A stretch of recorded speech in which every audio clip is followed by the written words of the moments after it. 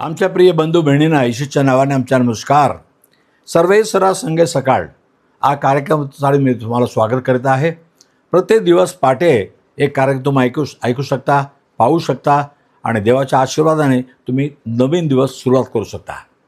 आता हल्ली आम्ही पाहत आहे, आम्हाला वाढ व्हायला पाहिजे, आमच्या मुलं वाढत जायला पाहिजे ना शरीरामध्ये आणि त्यांच्या ज्ञानामध्ये, बुद्धीमध्ये, सुंदरतामध्ये. तसं देवबापाची अपेक्षा हीच आहे.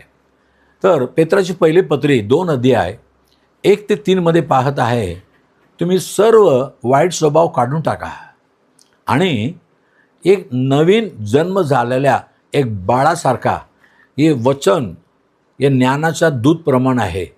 नवीन जन्म झाला बाळाला दूध हवे नेहमी, तसं दुधासारखं हे देवाचं वचन आहे.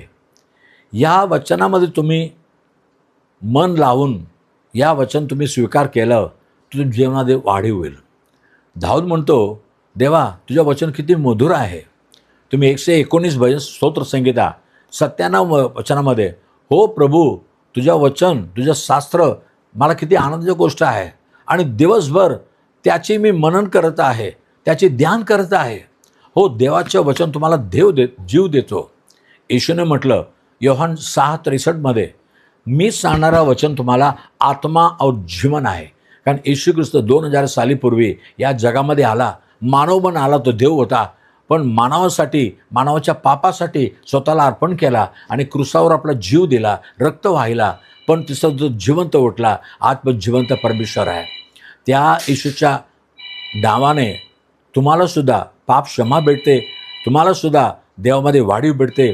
ख्रिस्तामध्ये आणखीन वाढायला पाहिजे, हे देवाच्या आवड आहे. आज देवाचं वचन ऐकलं, आमच्यासाठी जगामध्ये येऊन सर्व काय स्वर्ग त्यागून आला, स्वर्ग सोडून आला, फक्त तुमच्यासाठी, माझ्यासाठी, तुमच्या माझ्या पापासाठी येशूने जीव दिला, पण जिवंत उठला. आपण जिवंत परमेश्वर आहे. मी तुमच्यासाठी प्रार्थना करतो, तुम्हाला सर्व गोष्टी देवबापा वाढीव करणार.